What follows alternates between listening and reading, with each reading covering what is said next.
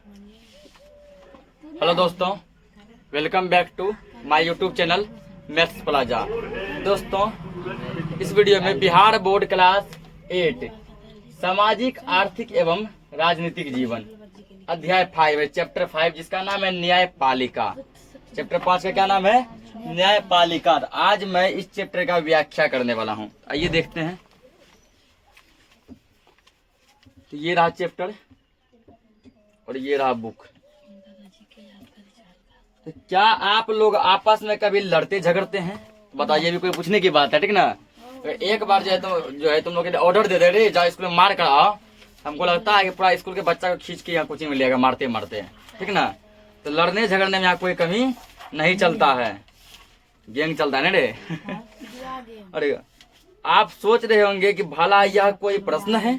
राजा सोच रहा होगा, जैसे कोई भी बच्चा सोच रहा होगा, सर जी ये क्या पूछ दिए हैं, लड़ने झगड़ने के बाद वो भी हमसे, ठीक ना। इसमें तो मेरा नाम चलता है, इसमें हमको महारथ डिग्री हासिल है, इतना लड़ते हैं हम बच्चे ही नहीं बल्कि बड़े लोग भी आपस में लड़ते हैं, ठीक ना। कोई स्टूडेंट फिर बोलेगा कि सर केवल हम बच्चे ही नहीं बल्कि बड़े लोग भी लड़ते हैं। लेकिन बच्चों और बड़ों की लड़ाई में एक अंतर होता है। बच्चे और बड़े की लड़ाई में क्या होता है? एक अंतर होता है, डिफरेंट होता है। समझिए पहले, आप अपनी लड़ाई का निपटारा करने अफसर, अभिभावक, शिक्षक या प्रधानाध्यापक के पास जाते हैं। बच्चा जब लड़ता है, ठीक ना, यदि घर पे लड़ाई कर लिया तो अपना मम्मी पापा का लगा बुला के, स्कूल में लड़ाई कर लिया तो यदि अपना क्लास में लड़ाई किया तो क्लास टीचर या शिक्षक को बुलाएगा। स्कूल के बीचों बीच ग्राउंड में लड़ाई किया जाके प्रिंसिपल को बुलाएगा।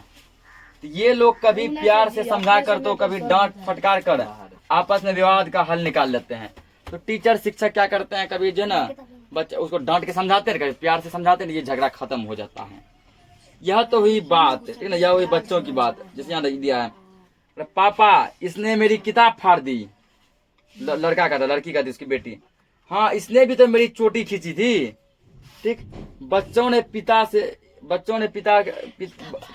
के पिता ने क्या जवाब दिया होगा, सोचिए। तो बच्चों का पिता क्या किया होगा, दोनों को मैनेज किया होगा। अच्छा बेटी क्या करेगी, छोड़ो, ठीक ना, तुमको नया किताब ला देंगे हम। उसको भी बोला होगा, अच्छा बेटा ये तुम भी ध्यान रखना, आगे से तुम ऐसा मत करना, बाल ताल मत खींचना, ठीक, ऐसे करके। तो यह तो हुई बात। लेकिन क्या आपने कभी सोचा है कि जब बड़े लोग के बीच झगड़ा होता है, वे अपनी समस्या को लेकर कहाँ जाते हैं? ये तो बच्चा से झगड़ा हुआ तो मान तो दो भाई बहन में झगड़ा हुआ, मम्मी पापा के पास गया, दो स्टूडेंट में झगड़ा हो गया, जाके टीचर के पास गया। तो जब दो बड़े आदमी में झगड़ा होगा तो वो अपना झगड़ा का हल खोजने कहाँ जाएंगे? वे अपनी समस्या को लेकर कहाँ जाते हैं? वे अभी अपने मित्रों या संबंधियों की मदद से अपनी समस्या का हल निकाल लेते हैं। तो कभी कभी वे क्या करते हैं, बड़े लोग भी अपने दोस्त या अपने रिलेशन के जो है ना कारण जो है अपनी समस्या का हल निकाल लेते हैं। अगर इससे बात नहीं बनती तो पंचायत की सहायता लेते, तब पंचायती बैठाया जाता है गाँव घर में। अगर जो इससे भी बात नहीं बनता क्या बनता है? पंचायती बैठता है। परंतु हर विवाद का समाधान इस तरह नहीं निकलता है। कभी कभी बात पंचायती से भी, पंचायत से भी और आगे निकल जाता है। आपको यह तो पता है कि हमारा देश एक लोकतांत्रिक देश है। लोकतांत्रिक मतलब यहाँ सब लोग आजाद हैं। सब क्या है? आजाद है, कोई किसी का गुलाम नहीं है। यहाँ पर कानून का शासन चलता है जो सभी लोगों पर समान रूप से लागू होता है। तो ना कि कानून के हाथ बहुत लंबे हैं। कानून के हाथ क्या है? बहुत लंबे हैं। कानून का शासन चलता है। कानून सभी लोगों पर एक समान है, चाहे वो प्रधानमंत्री हो या मुख्यमंत्री हो या कोई हमारे तुम्हारे तरह साधारण आदमी हो, सबके लिए कानून क्या है? एक समान है। तो हमारे देश में कानून के अनुसार अलग अलग तरह के विवादों का निपटारा करने के लिए एक व्यवस्था बनाई गई है, जिसमें कई प्रकार की अदालतें हैं। इन अदालतों में लोग न्याय के लिए जाते हैं। सभी लोगों के लिए कानून के तौर पर जो है एक व्यवस्था बनाया है, वो व्यवस्था अदालत। कई प्रकार की अदालत है, ठीक ना, जिला लेवल पे, राज्य लेवल पे, देश लेवल पे, जहाँ जो है आदमी का क्या होता है तो न्याय होता है। अब देखो, न्याय की समझ, अगला हेडिंग क्या दिया? न्याय की समझ। जब किसी मुद्दे पर दो व्यक्तियों या दो समूहों के बीच विवाद होता है तो प्रत्येक को सही एवं दूसरे को गलत मानना पड़ता है। जब भी कोई दो आदमी के बीच या दो ग्रुप के बीच, दो फैमिली के बीच जब मारपीट होगा, पूरा भयंकर लड़ाई होगा, ठीक ना, तो अब जो है दोनों एक दूसरे पर आरोप लगाता है। पहला क्या करेगा? अपने आप को बताएगा सही, अपना अगला क्या बताएगा? गलत। तो उसके बाद वो भी क्या करेगा? अपने आप को बताएगा सही और अपना अगला क्या बताता है? गलत साबित करना चाहता है। लेकिन न्याय की दृष्टि से यह तय करना कौन सही है या कौन गलत उतना आसान मामला नहीं है जितना कि हमें लगता है। लेकिन यदि न्याय की बात की जाए इतना आसान नहीं होता जितना आसानी से हम लोग सोच लेते हैं कि सही व्यक्ति को सही फैसला मिल जाएगा, गलत व्यक्ति को गलत फैसला मिल जाएगा। अब कुछ इसके लिए कुछ कहानी समझो। एगो गीता अपने 3 भाइयों की इकलौती बहन है। एक गीता नाम की लड़की है, उसके 3 भाई हैं, ठीक ना। वो तीनों भाइयों की कैसी है, इकलौती बहन है। तीनों भाई समझो उसको कितना मानते होंगे, 3 भाई पे 1 बहन। बचपन से उसके माँ बाप ने उसे लाड प्यार से पाला था, ठीक है। बचपन से उसको सब पालते थे, बहुत प्यार करते, सब लाड प्यार करते थे। खाने पीने वो कपड़े लत्ते की उसे कोई भी कमी ना थी। जब जो मांगता था तुरंत हाजिर, क्योंकि 3 भाई, मम्मी पापा, 5 में एक लाडली थी, ठीक ना। हाँ, सिर्फ पढ़ाई के लिए वह पास वाले सरकारी हिंदी माध्यम स्कूल में जाती थी और उसके भाई गांव के कुछ दूर निजी इंग्लिश माध्यम स्कूल में जाते थे। तो 3 भाइयों और अपने माता पिता की लाडली रहने के बावजूद भी जो गीता अपने गांव के बगल के सरकारी स्कूल में पढ़ती थी, ठीक ना। और उसके तीनों भाइयों जो है गांव से दूर हट के शहर में जो है निजी मतलब प्राइवेट स्कूल में पढ़ते थे, इंग्लिश मीडियम में पढ़ते थे। इस बात से वह अक्सर चिढ़ जाती थी और तब उसके पिता उसके भाई उसे समझाते थे कि लड़की होने के कारण उसका गांव से दूर अंग्रेजी व सह शिक्षा विद्यालय जाना उचित नहीं है। वो हमेशा चिढ़ती थी कि भैया अंग्रेजी मीडियम स्कूल में पढ़ते हैं, प्राइवेट स्कूल में पढ़ते हैं, हमको सरकारी स्कूल में दिए हैं, हिंदी मीडियम स्कूल में दिए हैं। उसके पिताजी समझाते थे देखो तुम लड़की हो, तुम क्या हो, लड़की हो, तुम्हारे लिए गांव से दूर जाके अंग्रेजी मीडियम में पढ़ना सही बात नहीं है, ऐसे उसको समझाते थे। 12वीं कक्षा के बाद गीता की शादी पड़ोस के गांव के एक लड़के के साथ कर दी गई जो स्वयं पढ़ाई कर रहा था, ठीक ना। जब 12वीं क्लास का मतलब इंटर, 12वीं मतलब इंटर, जब गीता के इंटर हो गया तो गांव के ही कोई बगल के लड़के से, ठीक ना, वो भी लड़का मतलब अपने आप पढ़ाई कर रहा था, मतलब खुद कमाता था और खुद पढ़ता था। वैसे लड़के से क्या कर दिया गया, उसका शादी कर दिया गया। कुछ साल बाद गीता के पिता की मृत्यु हो गई। कुछ साल के बाद गीता के पिताजी क्या हो गए, मर गए, ठीक है। इसका देहांत हो गई। उसके भाइयों ने आपस में अपने पिता की संपत्ति का बंटवारा कर लिया। उसके भाई क्या कि तीनों भाई ने संपत्ति को 3 भागों में बांट लिया। उनमें से कुछ भी गीता को देने की जरूरत नहीं महसूस की। तीनों भाई आपस में बांट लिया। गीता को 1 भी रुपया संपत्ति का कुछ भी हिस्सा नहीं दिया गया। गीता के ससुराल वालों की आर्थिक स्थिति कमजोर थी, तो जिस लड़के से गीता का शादी हुआ था वो बेचारा अपने गरीब था, खुद पढ़ता था, खुद कमाता था और उसी पैसे से पढ़ता था, ठीक ना। तो गरीबी कंडीशन था। अब जो है इसके पिता के पास बहुत संपत्ति था, इसका तीनों भाई बांट लिया, इसको कुछ भी नहीं दिया। वह भी आगे पढ़ना चाहती थी। वह सोचती थी कि अगर पिता की संपत्ति में से उसे कुछ मिल जाता तो वह आगे पढ़ सकती थी। गीता का भी मन था कि इंटर मेरा हो ही गया, आगे हम पढ़े, ग्रेजुएशन करें, ठीक ना, कुछ पैसा यदि मिल जाता तो। जब उसने अपने भाइयों को अपना यह विचार बताया वे एकदम बिगड़ गए और बोले, पिताजी ने तुम्हारे लिए 50,000 रुपये खर्च किए थे, तो तुम्हें अब आगे और क्या चाहिए। जब वो बोले भैया हमको पढ़ना है, आगे कुछ करना है, ठीक है, तो उसके भाई पूरा इस पे भड़क गए, तीनों भाई। इस बात से गीता भी तुनक गई और बोली कि आप तीनों ने जो 12 लाख की जमीन का पैसा आपस में बांट लिया है, क्या मुझे उसमें कुछ भी नहीं मिलना चाहिए। ये भी बोली कि अब आप बोलते कि हमको 50,000 रुपया मेरे पीछे पिताजी खर्चा है कि वो हो गया।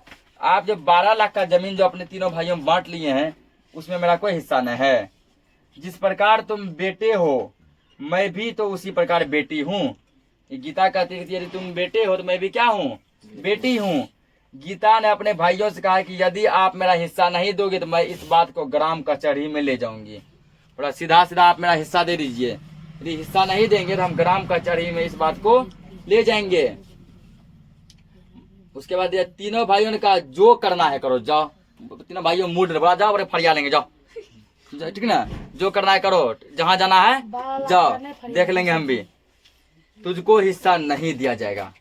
क्या बोला, तुमको हिस्सा नहीं दिया जाएगा, तुमको जो करना करो, जाओ, जो बिगाड़ना बिगाड़ लो, हम हिस्सा नहीं देंगे, जहां जाना है जाओ। तीनों भाइयों पूरा मूड में था, बोला चलो आज अब हो गया फरियाने वाला बात, ठीक ना। गीता मामले को ग्राम कचहरी में ले गई। ग्राम कचहरी मामला ले गई। ग्राम कचहरी के पंचों ने भी उसके भाइयों का ही साथ दिया। ग्राम कचहरी में जो पंच बैठा था वो बोला नहीं, पिता के संपत्ति में लड़का का अधिकार है। पिता के संपत्ति में किसका अधिकार है, लड़का का अधिकार है, बेटा का अधिकार है। बेचारे को वहां भी ना अपना क्या मिला, न्याय नहीं मिला, न्याय नहीं मिला। कचहरी ने कहा कि इस गांव में आज तक इस तरह की कोई घटना नहीं घटी जहां बेटियों को पैतृक संपत्ति में हिस्सा मिला हो, ना ही गांव की ऐसी परंपरा है। तो हमारे गांव में आज तक कभी भी ऐसा नहीं हुआ, ना ही गांव की ऐसी कोई परंपरा है कि कभी बेटी को संपत्ति का अधिकार दिया गया, ठीक है। सब दिन बेटा को ही मिलता है, इसलिए जो है तीनों भाइयों को ही मिलेगा, तुम्हें नहीं मिलेगा। परंपरा के आधार पर कचहरी के फैसलों से गीता असंतुष्ट थी, वो खुश नहीं थी। बोला भैया देख लेते हैं, आपको फरिया लेंगे हम, ठीक ना, अभी और आगे जाएंगे हम। उसे लग रहा था कि ग्राम कचहरी ने उसके साथ न्याय नहीं किया है, उसने हार नहीं मानी, ठीक ना। उसको लग गया ग्राम कचहरी उसके साथ कोई न्याय नहीं किया है, ठीक ना, लेकिन वो हार नहीं मानी और अंत में अदालत का दरवाजा खटखटाया। ये नहीं सोच रहा अदालत ऐसे किया, ठीक ना। मतलब वो अदालत गई, कहाँ गई? अदालत गई। अदालत मतलब कोर्ट, अदालत मतलब क्या होता है? कोर्ट। अदालत को इंग्लिश में कोर्ट कहते हैं। वो कोर्ट गई। अदालत में न्यायाधीश ने जो फैसला सुनाया वह पूरी तरह गीता के पक्ष में था। न्यायाधीश का मतलब जज, न्यायाधीश मतलब जज। कोर्ट में जो जज बैठे थे ना, वो जो फैसला सुनाया वो बिल्कुल गीता के पक्ष में था और गीता उससे संतुष्ट थी, सुखी थी, ठीक ना। गीता क्या थी? संतुष्ट थी। उन्होंने फैसलों से में कहा कि हिंदू उत्तराधिकारी अधिनियम के तहत पिता की संपत्ति में बेटा हो या बेटी सभी का बराबर हकदार है, ठीक ना। पिता की संपत्ति में बेटा हो या बेटी हो सभी का बराबर का हकदार है, ये जज का फैसला था। गीता के भाइयों को अपनी पैतृक संपत्ति का बंटवारा 4 भागों में बांटना पड़ गया। जज का फैसला कोई नहीं काट सकता है। अब उसका हिस्सा बट गया 4 भागों में, 3 भाई और 1 गीता। इस तरह गीता बहुत खुश थी और गीता को 12 लाख में 3 लाख टका मिला, 3 जो 12, ठीक ना। अदालत के इस फैसले से गीता काफी खुश थी। खुश भी क्यों ना हो, आखिर उसे न्याय जो मिला था, उसे क्या मिला था? न्याय मिला था। तो खुश कैसे नहीं होगी? आगे देखो, न्यायपालिका की भूमिका। अगला टॉपिक क्या दिया? न्यायपालिका की भूमिका। समझो इसको। जैसा कि आप लोग जानते हैं, सरकार 3 अंगों की सहायता से कार्य करती है। तो हमारे भारत की सरकार जो है कितने अंगों की सहायता से कार्य करती है? 3 अंगों की, ठीक ना। ऑब्जेक्टिव समय पूछता है 3 अंगों की सहायता से। ये 3 अंग जैसे कौन कौन है? पहला विधायिका, पहला क्या है? विधायिका। दूसरा क्या है? कार्यपालिका। दूसरा क्या है? कार्यपालिका। और तीसरा है न्यायपालिका। विधायिका, कार्यपालिका, न्यायपालिका, 3 है। विधायिका, कार्यपालिका और न्यायपालिका, ठीक ना। ये 3 का है। उसके बाद देखो, पिछले अध्याय में आप जो लोग विधायिका और कार्यपालिका के बारे में पढ़ चुके हैं। इससे पहले का चैप्टर 4 में हम तुम लोगों को विधायिका और कार्यपालिका के बारे में पढ़ा चुके हैं, ठीक ना। आपने पढ़ा कि विधायिका कानून बनाती है और कार्यपालिका कानून लागू करती है। विधायिका क्या करती है? कानून बनाती है। और कार्यपालिका पूरे देश में जो है, पूरे भारत में उस कानून को क्या करती है? लागू करती है। विधायिका कानून बनाती है, कार्यपालिका उस कानून को पूरे देश में लागू करती है। अगर अब यह समझो, अगर केंद्र और राज्य के बीच, 2 राज्यों के बीच, 2 नागरिकों के बीच अथवा सरकार एवं समाज में रहने वाले व्यक्तियों के बीच किसी तरह का विवाद होता है तो इसे सुलझाने के लिए एक निकाय यानी संस्था की जरूरत पड़ती है जो बिना किसी पक्षपात या दबाव में अपना कार्य करे। तो यदि मान के लो कि 2 राज्य के बीच झगड़ा हो गया, मतलब बिहार यूपी में झगड़ा हो गया, ठीक ना। 2 जिलों के बीच झगड़ा हो गया, 2 आदमियों के बीच झगड़ा हो गया, तो इसको निपटाने के लिए एक जो है संस्था बना है, एक निकाय बना है, ठीक ना, जो कि बिना किसी पक्ष में जो है आदमियों का न्याय करे। ऐसी न्यायिक व्यवस्था को न्यायपालिका कहते हैं। इसी को हम लोग क्या कहते हैं? न्यायपालिका कहते हैं, ठीक ना। इसी को क्या कहते हैं? न्यायपालिका कहते हैं। सरकार का यह तीसरा अंग है न्यायपालिका। न्यायपालिका सरकार का तीसरा अंग है और हमारे चैप्टर का भी नाम यही है, न्यायपालिका। नागरिकों के अधिकारों एवं उनकी स्वतंत्रता की रक्षा करती है। किसी व्यक्ति को जिस चीज का अधिकार है, न्यायपालिका वो अधिकार उसको दिलाती है, ठीक ना। उसको स्वतंत्रता प्रदान करती है, उसको न्याय दिलाती है। यह न्याय करती है और विवादों को संविधान में उल्लिखित कानून के अंतर्गत सुलझाती है।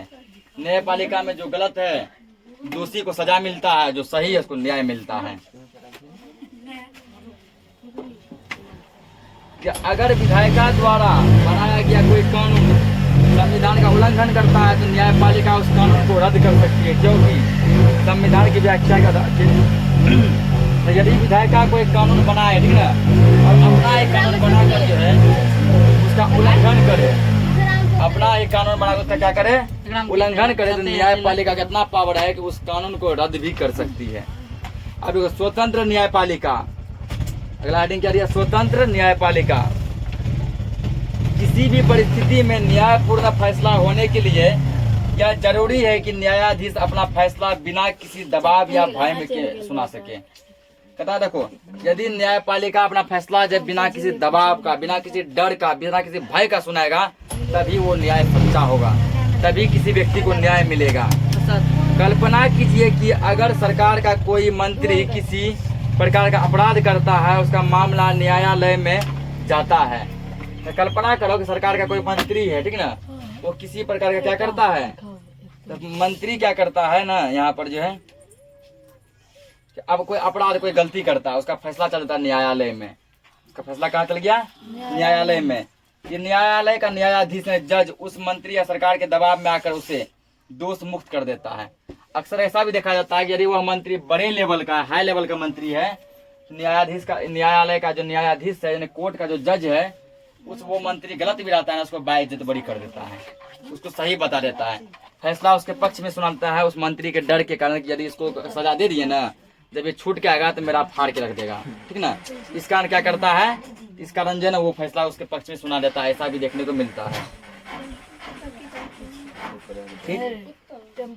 और तब यह कहा जा सकता है कि न्यायपालिका स्वतंत्र नहीं, वह ताकतवर लोगों के प्रभावित हैं। इस कंडीशन में ये बोलेंगे कि न्यायपालिका स्वतंत्र नहीं है, स्वतंत्र नहीं, बल्कि वो किसी के दबाव में है, ठीक है, वो किसी के दबाव में है।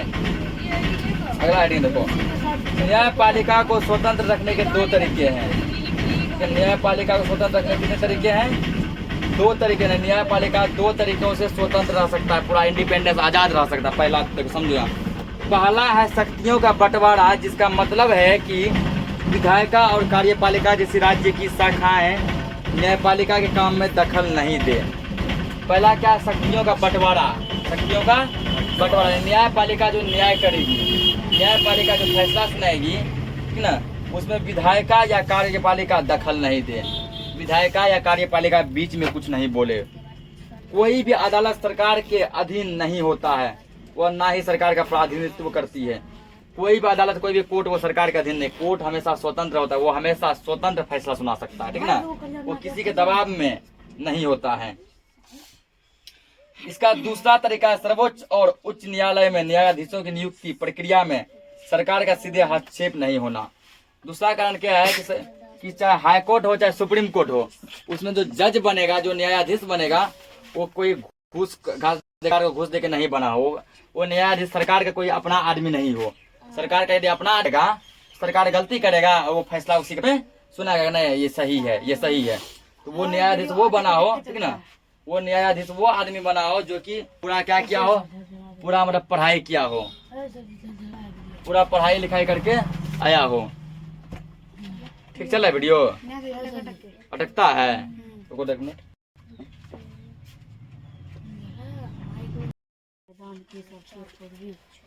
देखो अभी अटक रहा, ठीक है ना, ठीक चल रहा है ना। अगला समझो, भारत में न्यायपालिका की संरचना। अगला हेडिंग क्या, भारत में न्यायपालिका की संरचना। नहीं अटक रहा है। अब हमारे देश में न्यायपालिका की संरचना पिरामिड की तरह है। किस तरह है, पिरामिड की तरह। यह 3 स्तरों पर कार्य करती है। पिरामिड भी कुछ 3 परत का बना होता है। यह भी क्या करती है, 3 स्तरों पर काम करती है। सबसे निचला जिला और अधीनस्थ न्यायालय, सबसे नीचे स्तर पे जिला लेवल यानी कि डिस्ट्रिक्ट लेवल। उससे ऊपर है फिर उच्च न्यायालय। उच्च न्यायालय मतलब कि हाई लेवल, ठीक ना, यानी राज्य लेवल पे। सबसे ऊपर है सर्वोच्च न्यायालय यानी कि सुप्रीम कोर्ट जिसको कहते हैं, पूरा देश लेवल पे। जिला न्यायालय आमतौर पर जिला मुख्यालय में होता है।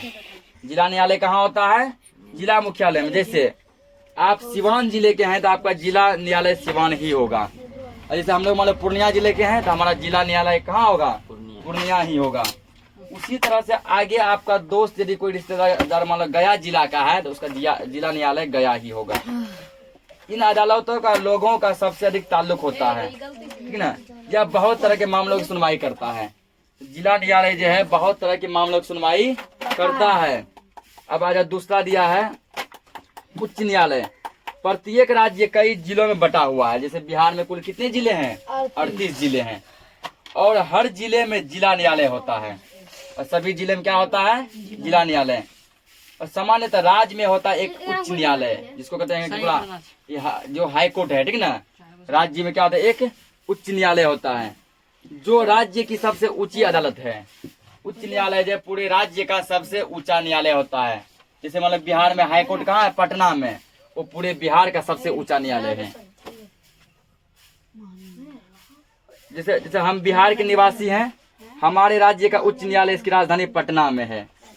और सबसे ऊपर होता है सर्वोच्च न्यायालय, जो हमारे देश की राजधानी दिल्ली में होती है। सर्वोच्च न्यायालय मतलब क्या? सुप्रीम कोर्ट, जो किसी भी देश की राजधानी में होती है। जैसे हमारे देश की राजधानी दिल्ली में है तो वो दिल्ली में है। अगला टॉपिक देखो, आम आदमी की न्याय तक पहुंच। आम आदमी का मतलब कि जैसे हम तुम हो गए, ठीक ना, तो हम लोगों को कैसे न्याय मिलेगा? हम लोग न्याय तक कैसे पहुंचेंगे? भारत के सभी नागरिक न्यायालयों में न्याय के लिए जा सकते हैं, क्योंकि न्यायिक व्यवस्था नागरिकों के बीच भेदभाव नहीं करती है।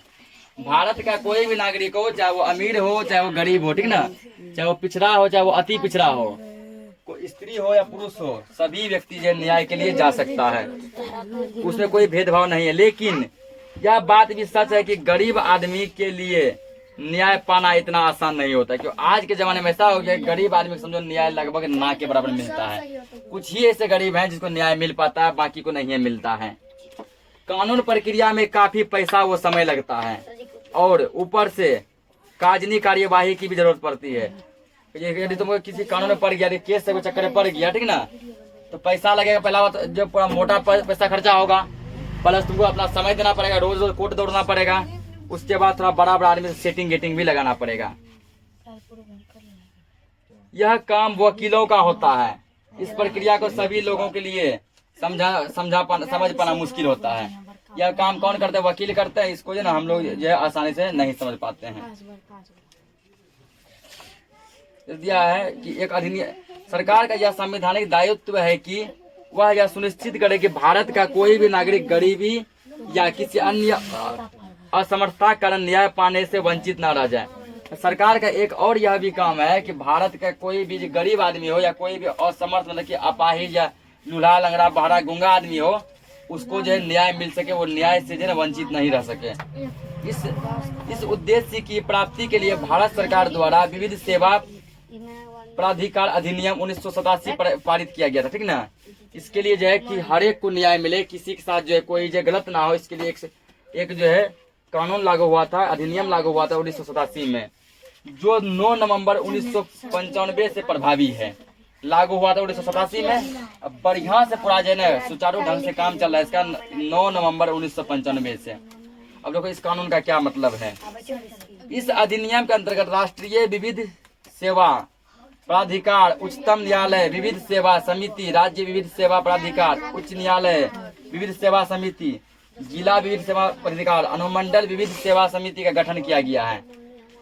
इसके कुछ निम्नलिखित काम है, कार्य हैं। जैसे देखो, पात्र व्यक्तियों को मुफ्त विविध सहायता उपलब्ध करना है, ठीक ना। जो व्यक्ति मान के चलो कि इसमें फंस चुके हैं, उसको मुफ्त सेवा वितरण करना है फ्री में। लोक अदालत का आयोजन करके सुलह समझौते के माध्यम से विवादों का निपटारा करना। जगह जगह अदालतों का क्या करना है, तो कैंप लगाकर जो है इस विवाद को खत्म करना है।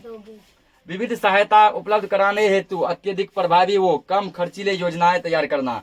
कोई ऐसा मतलब कि योजना तैयार करेंगे जिसमें खर्चा कम हो, वो अधिक प्रभावी हो, लोगों पे जल्दी वो वर्क करे, जल्दी काम करे।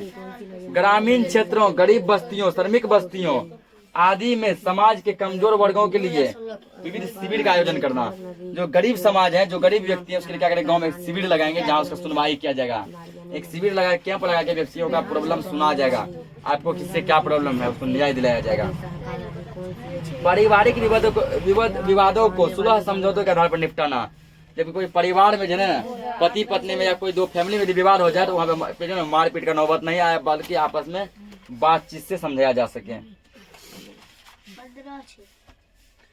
मुफ्त विविध पात्रता प्राप्त करने हेतु प्रत्येक व्यक्ति अपने राज्य में मुफ्त कानूनी सहायता प्राप्त करने का हकदार है। कोई भी व्यक्ति हो वो अपने राज्य में मुफ्त कानून का सहायता प्राप्त कर सकता है। वह व्यक्ति किसी दीवानी, फौजदारी, राजस्व या अन्य न्यायालय में लंबित मामले का पक्षधार नहीं है, या न्यायालय में वादा या दायर केस करने चाहता है, बशर्ते देखो जैसे कोई व्यक्ति किसी पे केस करता है, इसका कुछ कंडीशन है, जैसे उसकी वार्षिक आय, ठीक है ना, 1,50,000 रुपए से कम ना हो, 1.5 लाख से कम ना हो। अगला, वह अनुसूचित जाति या अनुसूचित जनजाति का सदस्य हो, मतलब SC ST का कैटेगरी का हो। अगला, वह मानव दुर्व्यवहार से पीड़ित हो अथवा भिखारी हो, वो मतलब बहुत जरा गरीब वगैरह हो या भिखारी हो। अगला, वह 18 वर्ष से कम उम्र की बच्ची या 16 वर्ष से कम आयु का बच्चा हो। ये लड़की है 18 साल से कम हो, ठीक ना, या फिर 16 साल बच्चा है तो क्या हो, 16 साल से कम हो।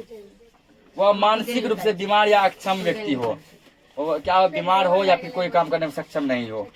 वह व्यक्ति किसी भी तरह की निगरानी या मनोचिकित्सीय परिचर्चा में गृह में हो। इसी के साथ ये चैप्टर क्या हो जाता है खत्म। तो हम लोग नेक्स्ट लेक्चर में इसका क्वेश्चन आंसर करेंगे। तब तक के लिए जय हिंद।